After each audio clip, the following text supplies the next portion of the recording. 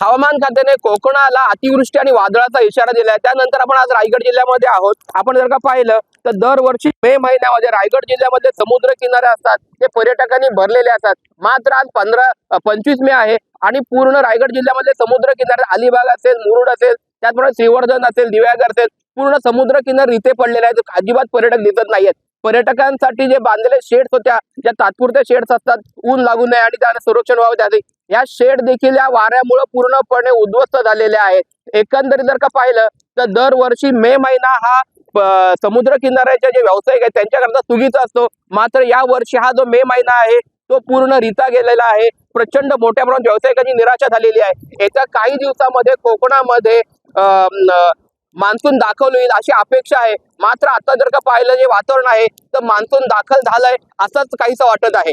सचिन कदम, साम TV, Raigad.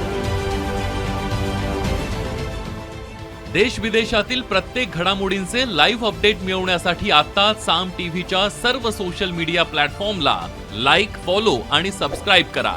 तसंच सर्व नोटिफिकेशनसाठी bell icon press करायला विसरू नका।